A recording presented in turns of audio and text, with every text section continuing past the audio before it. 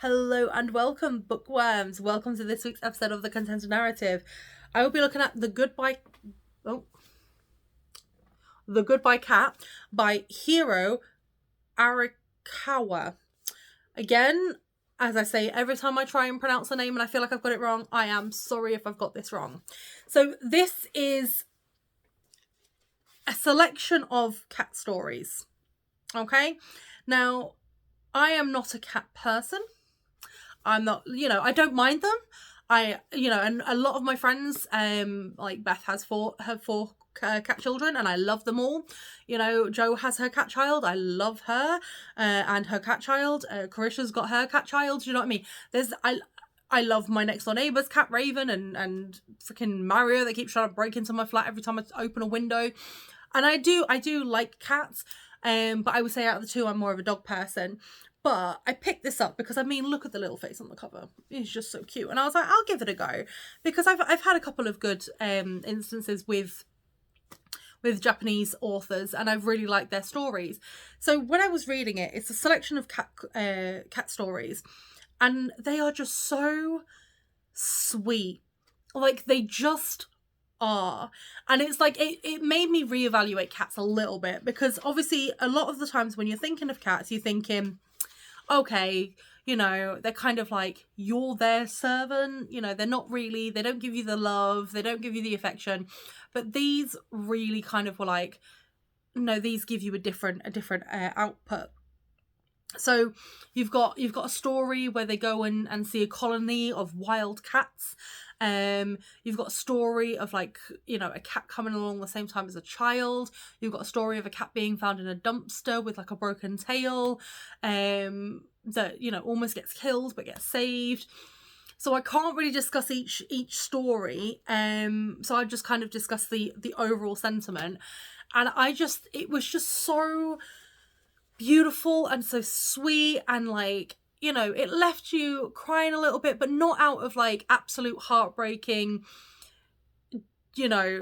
earth-shattering, everybody dies kind of thing, but more of a this touches you in a way that you're like, oh, that's so cute, that's so sweet. I can completely appreciate that. And I think if you're looking for something to just, because I know that, in this day and age, with everything that's going on and all the negative that you get out there, having a little bit of positive sometimes is the best way to go.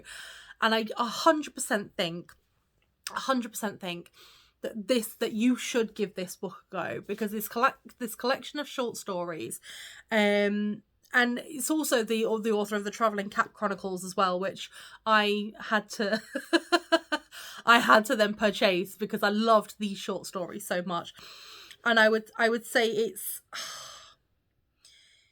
it's just so sweet. And I know I've said sweet so many times in this video, but I don't know how else to describe it. And I think when you see some of the stories from the cat's perspective, and sometimes you see it from the adult's perspective, and sometimes you see a mixture of both, and you just kind of sat there going, oh, I want one. I want a soul that cares for me as much as, some of these cats care for their owner. I mean, like Kota, the way that Kota cares for his owner is just so lovely.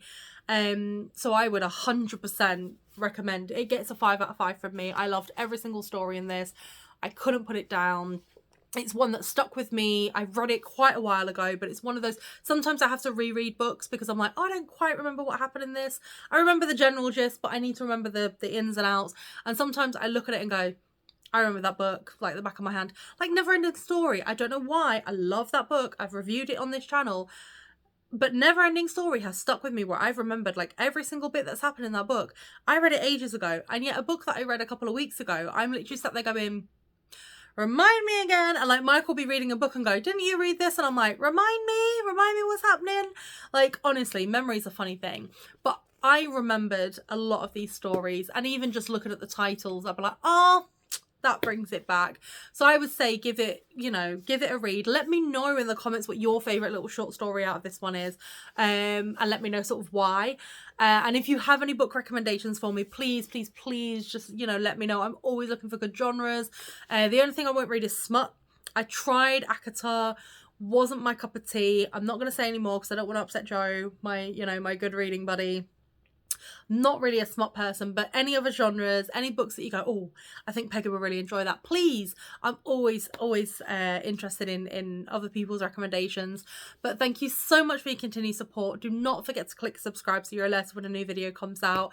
And thank you for everybody that, despite the fact that I had taken a hiatus, for everybody that's continued watching my videos when I come back. It has meant the world to me. So thank you so much. And remember to always keep it contento.